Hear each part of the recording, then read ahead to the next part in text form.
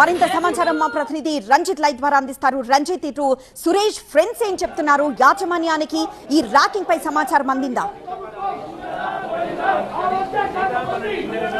Ragging కారణంగానే PG విద్యార్థి సురేష్ ఆత్మహత్య చేసుకున్నాడనేది కూడా కుటుంబ సభ్యులు చెప్తున్నారు.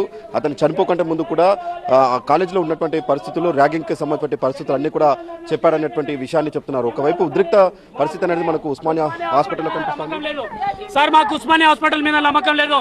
ఎందుకంటే మా సురేష్ కూడా ఇదే ఉస్మానియాలో చదువుకున్నాడు, ఇదే ఉస్మానియాలో పీజీ. ఉస్మానియా డాక్టర్లతోనే పోస్ట్ మార్టం చేపిస్తా అంటే మాకు నమ్మకం కుదరదు. మీరు బయట డాక్టర్స్ ని, ఒక సెంట్రల్ డాక్టర్స్ అక్కడికి వెళ్ళి పోస్ట్ మార్టం చెప్పాలి. Group of doctors with live జరగాలి. మాకు న్యాయం జరగాలంటే ఇక్కడ మేము పోస్ట్ మార్టం చేపిస్తాం. కానీ ఈ డాక్టర్లతో చెప్పే మాకు నమ్మకం లేదు. మాకు సెంట్రల్ డాక్టర్స్ రావాలి. సిఆర్పిఎఫ్ వాళ్ళు వెళ్తారా, లేకపోతే ఆర్మీ ఆఫీసర్ ఎక్కడ తీసుకెళ్ళండి. మాకు ఇక్కడ న్యాయం జరగదు.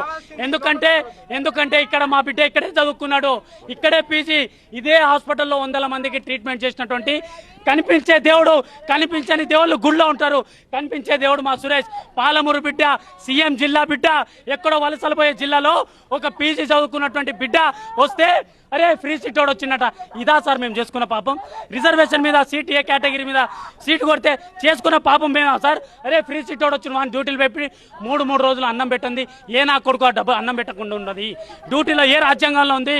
34 గంటలు 24 గంటలు కంటిన్యూ 4 గంటలు 4 రోజులు డ్యూటీ చెప్పాలంట. ఎవరు సార్?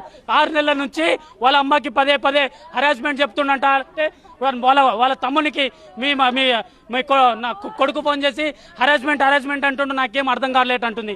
ఎవరు వేధింపులు చేస్తారు? Seniors sir. ఒక్క మాట సార్. తోటి విద్యార్థి చనిపోతే తోటి విద్యార్థి రాకపోవడం ఏం పాపం లోకంలో పుట్టినాం సార్? ఏ లోకంలో పుట్టుకున్నా? ఏ లోకంలో పుట్టాం సార్?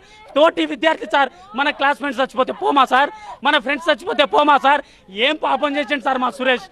ఏం పాపం చేసిండు సార్? పీజీ సీటు, ఏ కేటగిరీ సర్జరీ అప్లికేషన్ పెట్టడానికి పోతే 75 లక్షలు అగ్రకులాలు కట్టాలి. మా బిడ్డ ఏమో ఫ్రీ సీట్ పోతుండు. ఇదా సార్ మేము చేసుకున్న పాపం? ఈరోజు చంపేసారు, పోస్ట్ మార్టం ఈరోజు చంపేసారు, పోస్ట్ మార్టం తీసుకెళ్తారు. అయిపోయింది ఇక మా సురేష్ పని. ఇదా సార్ న్యాయం జరిగింది? ఎవరు న్యాయం చేశారు సార్? ప్రభుత్వాలు స్పందించావా సార్? ఫ్రీ